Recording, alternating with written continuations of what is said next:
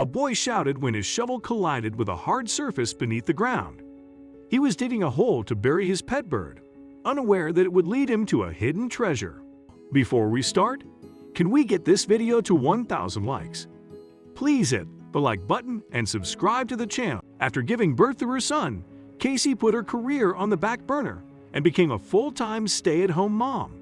She loved her little one, Peter, more than anyone else and spent most of her day caring for him. "I feel like I was born to become a mother," she would tell her close friends. When Peter was a baby, it was routine for Casey to spend hours caring for him.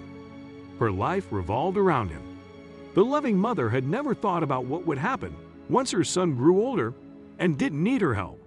She didn't have her own life goals or career aspirations because Peter was the source of her happiness and the light of her life.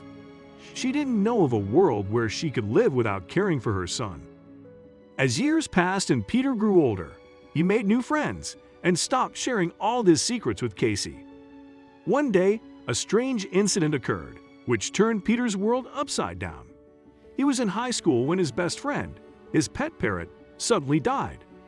Peter started weeping while his mother patted his back, trying to console him. Then, she thought about the good time she and Peter had spent with the parrot. "We can dig a hole in the backyard and lay him to rest there," Casey said. Peter went into the shed in the backyard to fetch a shovel. He was digging in the furthest corner of the backyard when his shovel struck something hard into the ground. "Mom, look what I found!"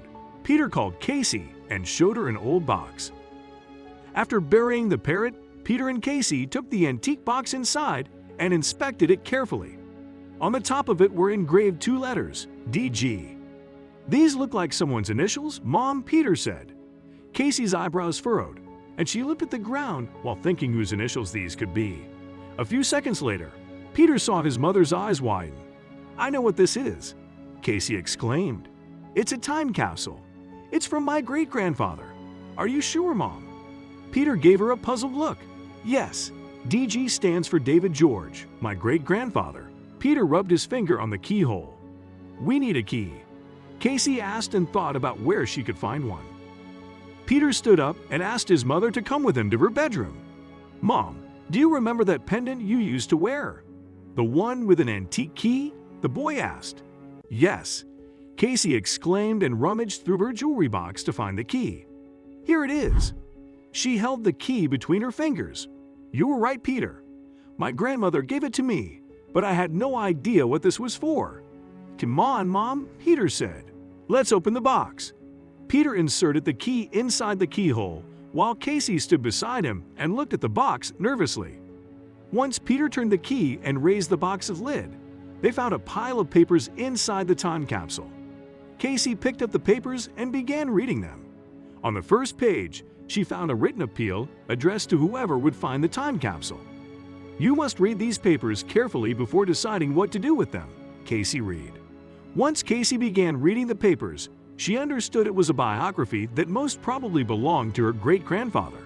In the story, the man said he had returned from war and wanted to write a book about his experience. He fell in love with a woman there and shared his story through his writing. However, besides the love story, the man described many incidents that occurred during the war. He shared that he had helped many comrades and had described everything about the army camps in detail, but he was prohibited from having the book published. The reason wasn't clearly mentioned in those papers, but going by subtle hints across the entries, it was easy to understand that a lot of then important people wanted to stop him from publishing so many truths for their own selfish reasons. Peter picked up the last copy of his great-great-grandfather's book and read it loudly so Casey could also understand it.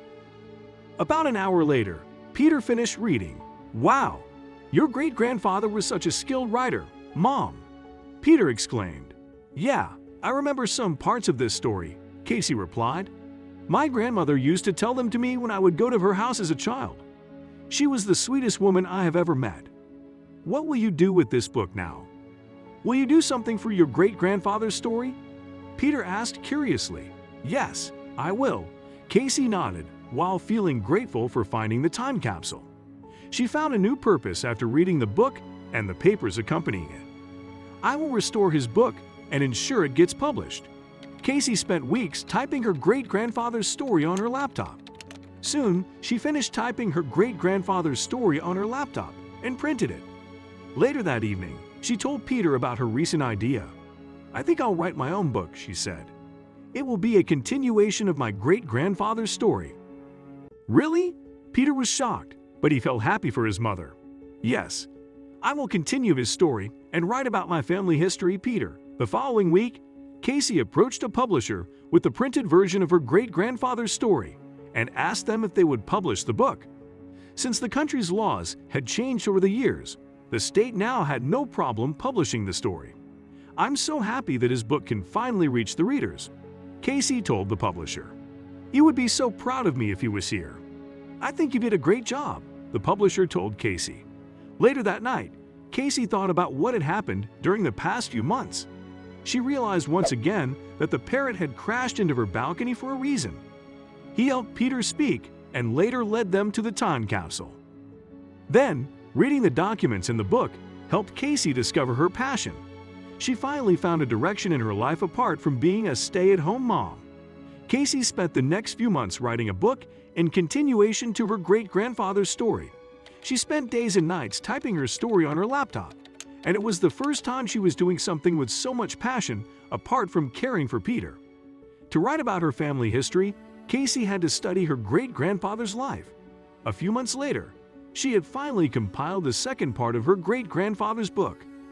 When she showed the book to the publishers, they praised her writing style and said it would be a hit among the readers. After years of living as a housewife and caring for her son, Casey finally found a purpose in life. She developed a new interest and pursued it as a career. Casey felt overwhelmed after reading the response when her book got published. Her book soon became a bestseller, and the readers wanted her to write another story. Soon, Casey began working on another book while Peter went to college. Now, she didn't feel lonely without her son, nor did she miss caring for him. She had started enjoying her life and felt delighted to pursue her passion as a career. What can we learn from this story? There is always a reason behind everything. If it weren't for the parrot, she would have never discovered her passion for writing. It's never too late to find a new direction in life. Casey had spent years as a stay-at-home mom, where her only worry was her son. Peter was the center of her world, and she had never imagined becoming a writer. But fate surprised her with her great-grandfather's story, encouraging her to publish her own story.